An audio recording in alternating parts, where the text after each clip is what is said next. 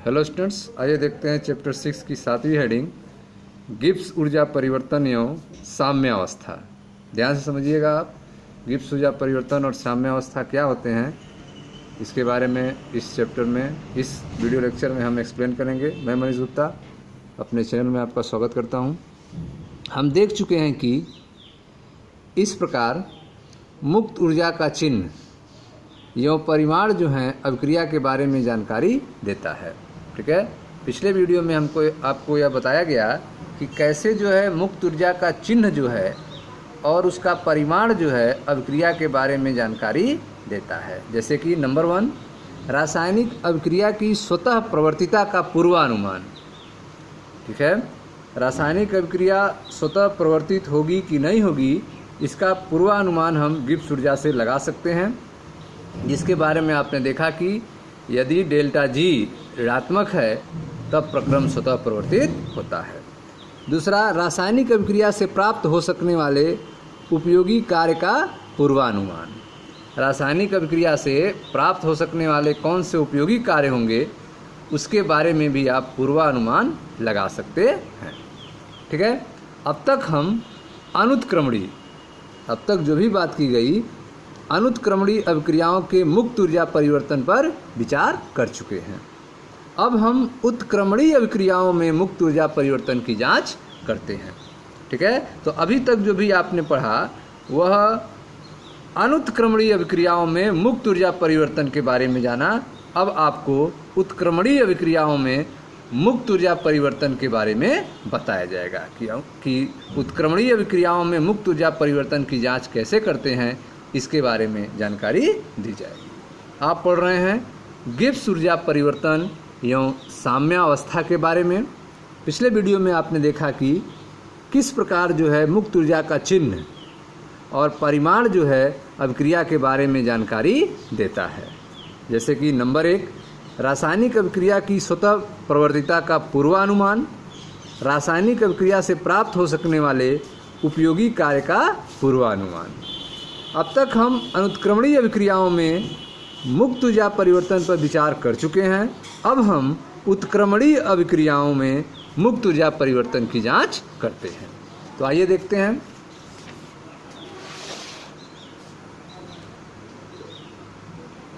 उत्क्रमणीयता। ठीक है, उत्क्रमणीयता में ऊष्मागतिकी एक विशेष परिस्थिति है।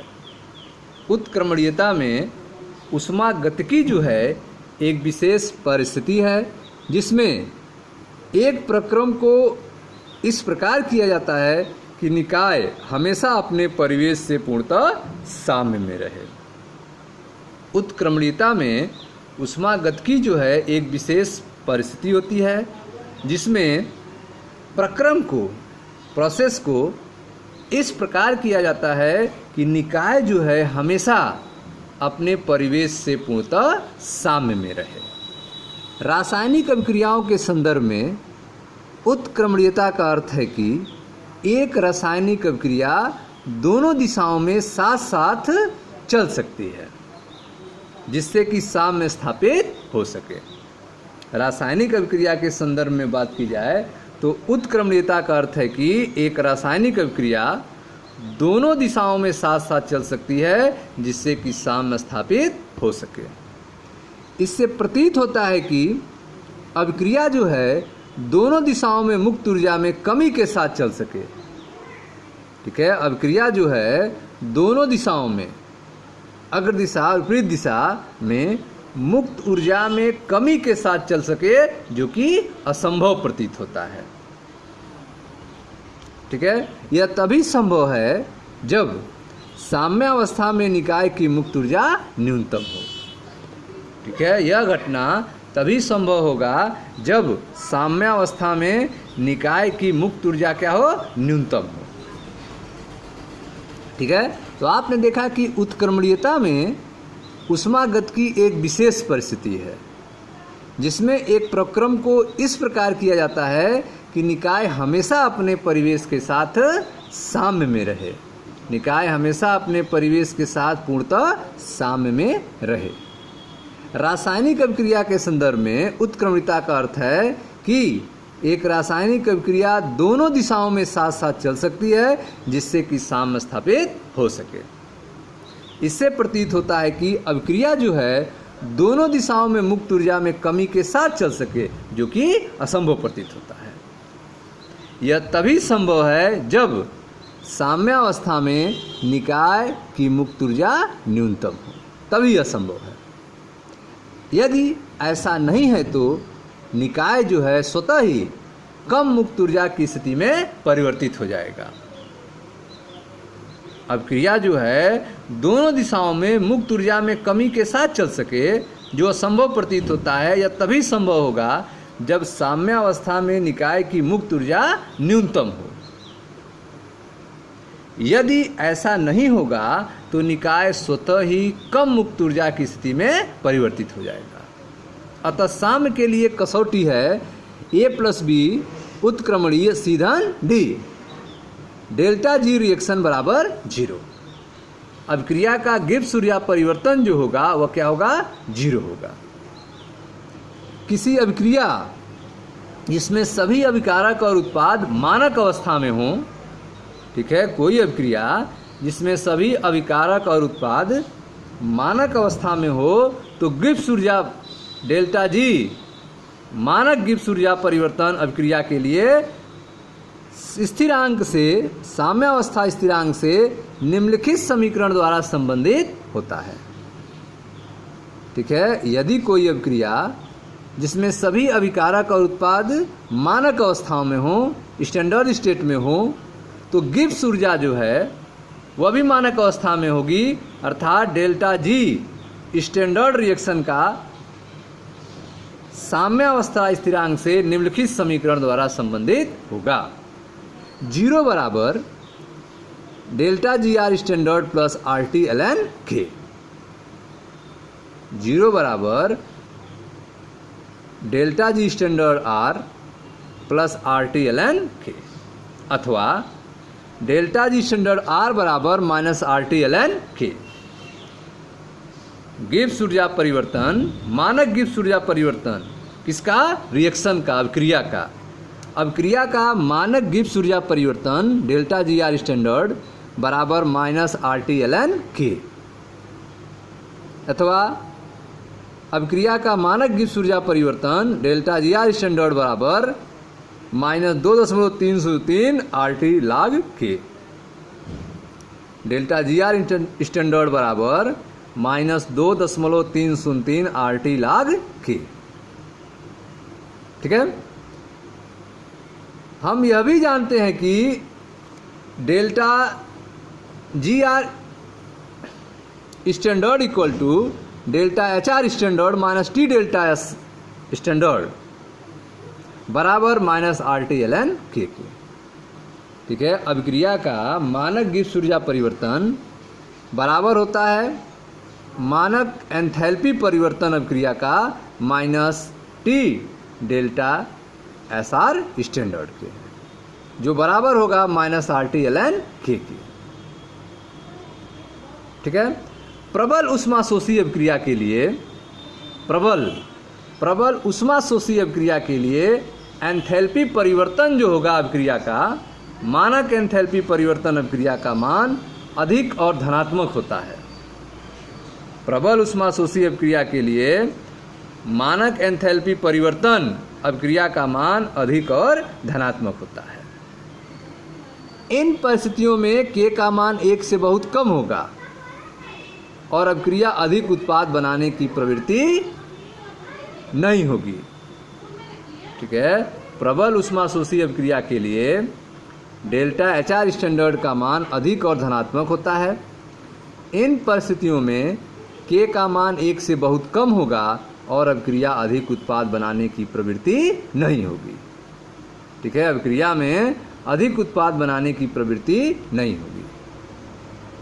ऊष्माक्षेपी अभिक्रिया में क्या होगा? ऊष्माक्षेपी अभिक्रिया में अभिक्रिया का मानक एंथैल्पी परिवर्तन का मान अधिक ज़्यादा एवं ऋणात्मक होगा, अधिक ज़्यादा और ऋणात्मक होगा, तथा डेल्टा G स्टैंडर्ड रिएक्शन का मान अधिक ऋणात्मक संभावित है। ठीक है। इन परिस्थितियों में k का मान 1 से बहुत अधिक होगा। ऐसे स्थिति में k का मान जो होगा वह 1 से बहुत अधिक होगा। ठीक है। तो आप देख रहे हैं कि उत्क्रमणीयता जो है, रिवर्सिबिलिटी जो है, वह ऊष्मागतिकी की एक विशेष परिस्थिति है जिसमें एक प्रक्रम को इस प्रकार किया जाता है कि निकाय हमेशा अपने परिवेश के साथ पूर्णतः साम्य में रहे। रासायनिक अभिक्रिया के संदर्भ में उत्क्रमणीयता का अर्थ है कि एक रासायनिक अभिक्रिया दोनों दिशाओं में साथ साथ चल सकती है जिससे कि साम्य स्थापित हो सके।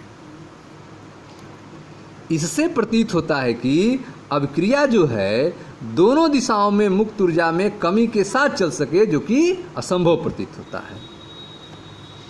ठीक है। यह तभी संभव है जब साम्यावस्था में निकाय की मुक्त ऊर्जा न्यूनतम हो। ठीक है। यदि ऐसा नहीं है तो निकाय जो है स्वतः ही कम मुक्त ऊर्जा की स्थिति में परिवर्तित हो जाएगा।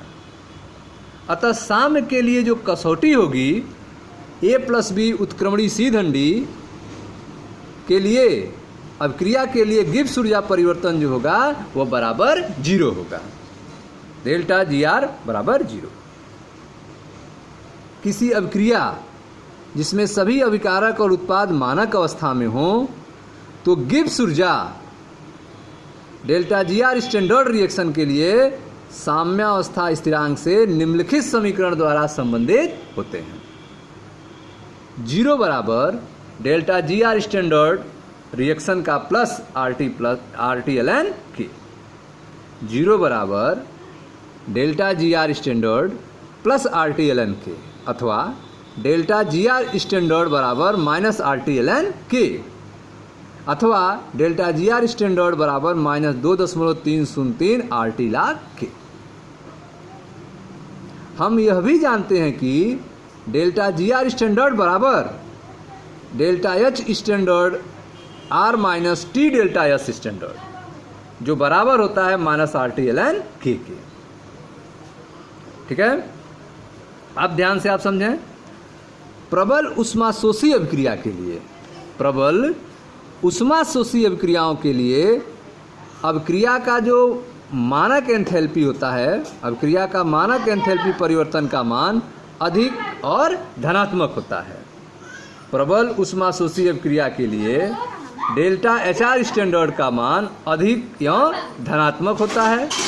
इन परिस्थितियों में K का मान 1 से बहुत कम होगा और अभिक्रिया में अधिक उत्पाद बनाने की प्रवृत्ति नहीं होगी, जबकि ऊष्माक्षेपी अभिक्रियाओं में डेल्टा HR स्टैंडर्ड का मान अधिक ज़्यादा या ऋणात्मक होगा तथा डेल्टा GR स्टैंडर्ड का मान अधिक या ऋणात्मक संभावित है।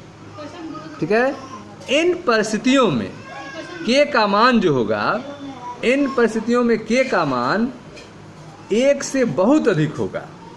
इन परिस्थितियों में K का मान 1 से बहुत अधिक होगा। हम प्रबल ऊष्माक्षेपी अभिक्रियाओं के लिए उच्च K की आशा कर सकते हैं। ठीक है। प्रबल ऊष्माक्षेपी अभिक्रियाओं के लिए K का उच्च मान की आशा हम कर सकते हैं, यों अभिक्रिया लगभग पूर्ण हो सकती है। डेल्टा GR स्टैंडर्ड का मान जो है डेल्टा SR स्टैंडर्ड के मान पर भी निर्भर करता है। मानक गिब्स ऊर्जा परिवर्तन अभिक्रिया का मान जो है वह मानक एंट्रॉपी परिवर्तन अभिक्रिया के मान पर भी निर्भर करता है, यदि अभिक्रिया में एंट्रॉपी परिवर्तन को भी ध्यान में रखा जाए।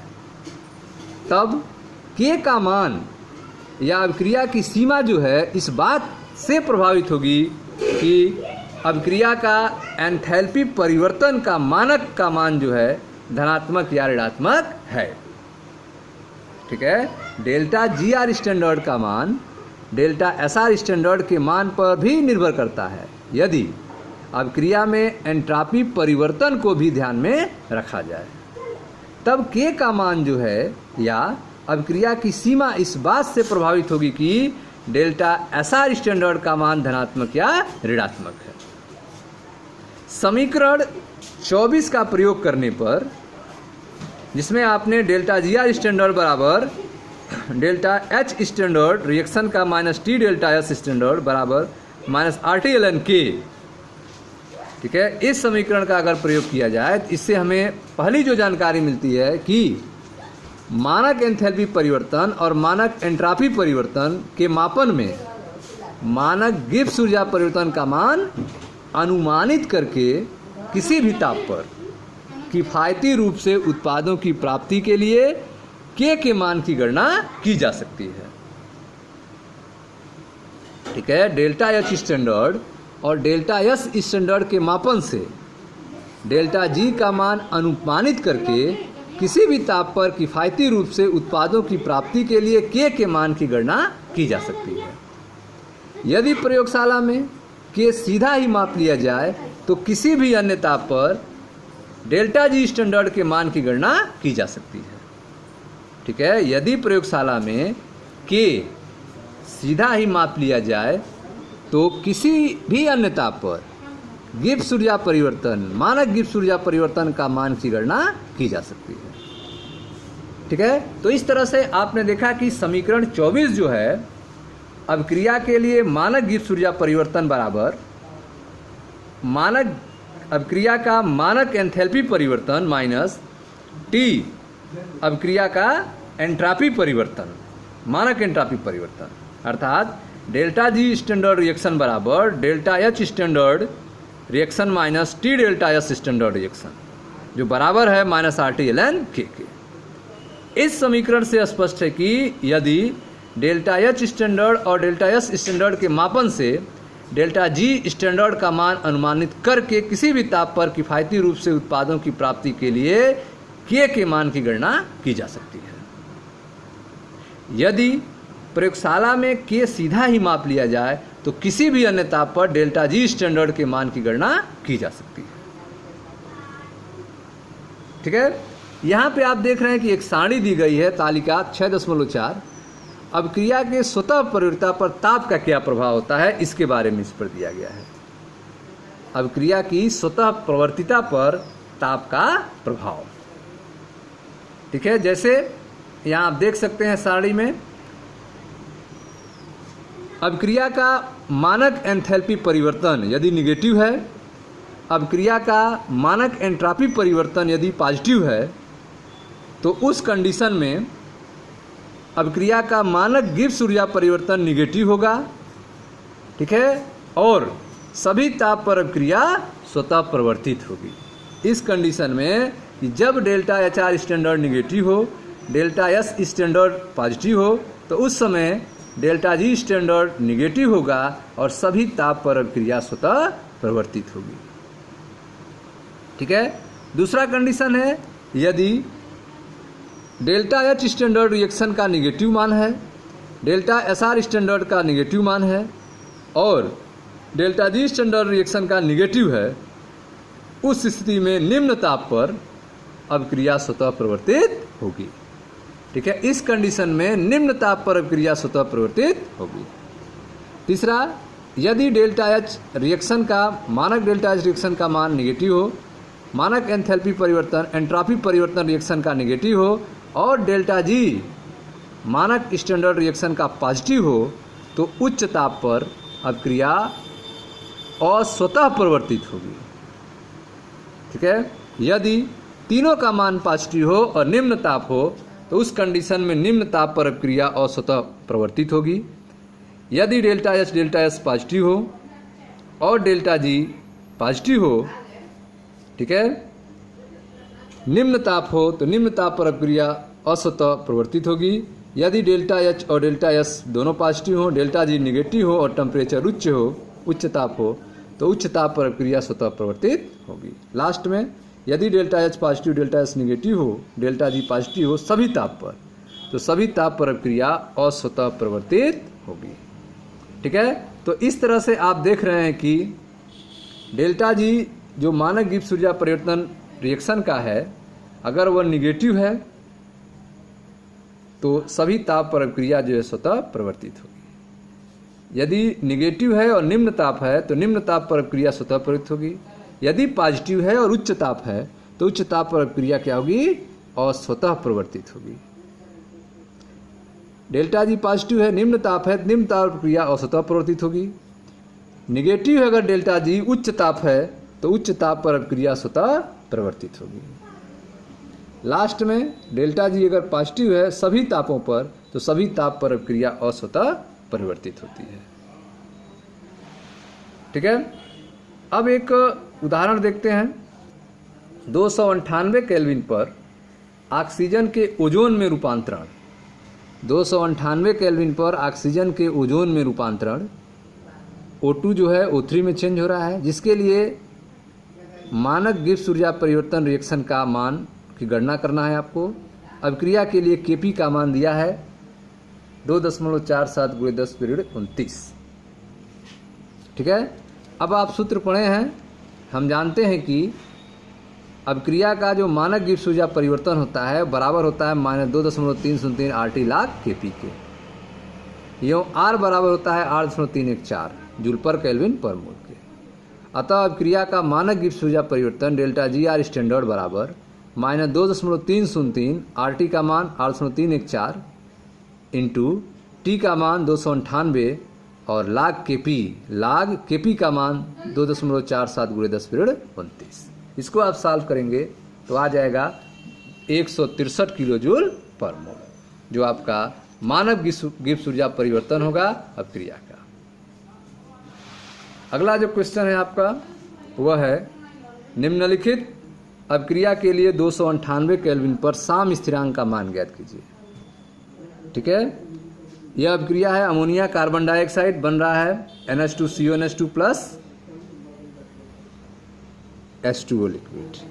दिए गए ताप पर मानक गिब्स ऊर्जा का मान है -13.6 किलो जूल पर मोल। ठीक है, तो अब आप जानते हैं कि लाग K बराबर होता है -डेल्टा GR स्टैंडर्ड बटे 2.303 RT।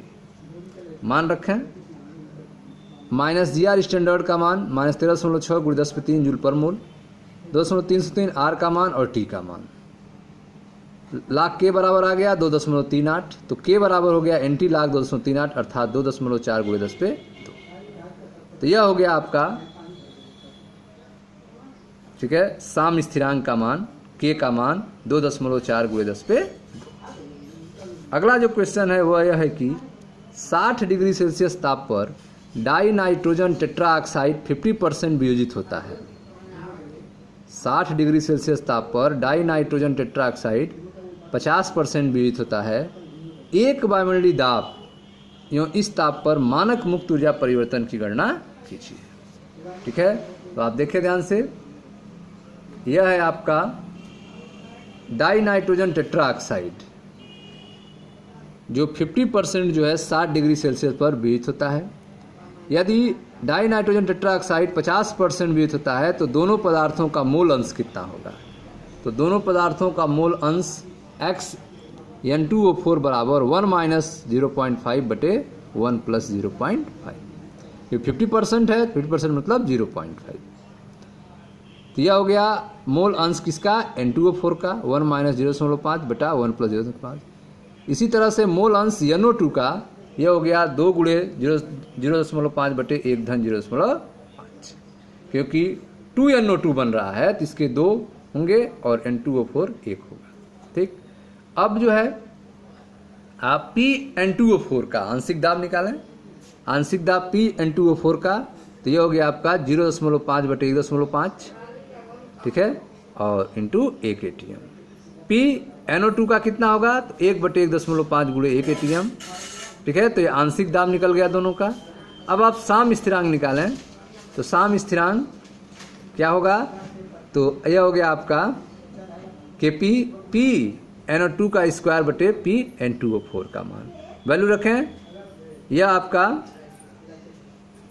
PNO2 की वैल्यू 1.5 बटे PN2O4 की वैल्यू 1.5 का स्क्वायर इंटू 0.5।